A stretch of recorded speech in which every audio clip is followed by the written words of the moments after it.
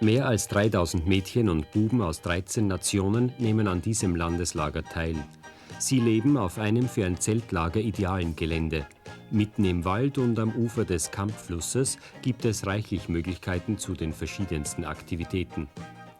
Die Zeltstadt wurde von den Pfadfindern 2 Tage lang mit viel Mühe und Plag, aber auch viel Fantasie aufgebaut.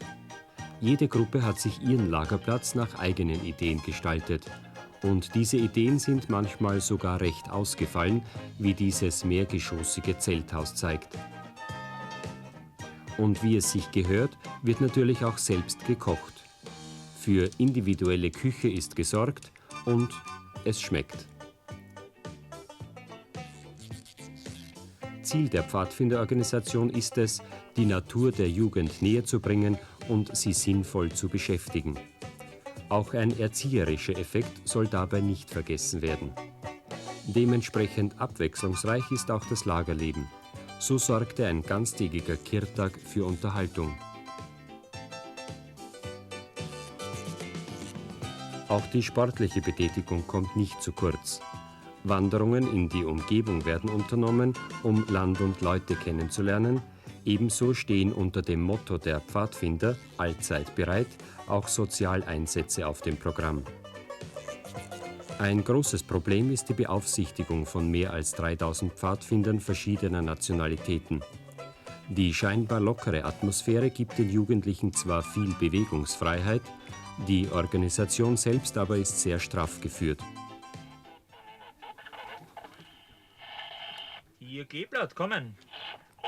Das Lager ist mit Telefon- und Funkgeräten ausgestattet, die ärztliche Versorgung ist jederzeit gewährleistet und in den einzelnen Gruppen sind Erwachsene mit der Aufsicht betraut. Was gefällt den Kindern nun an so einem Lagerleben? Ja, die Atmosphäre und überhaupt einmal ganz was anderes, als wir immer daheim sind oder mit Freunden zusammen und Zelt schlafen und so ist schon schön. Kann man da recht schlimm sein? Nein, das wird wieder nicht weniger sagen, weil die Führer schon aufpassen. Was gefällt da dran?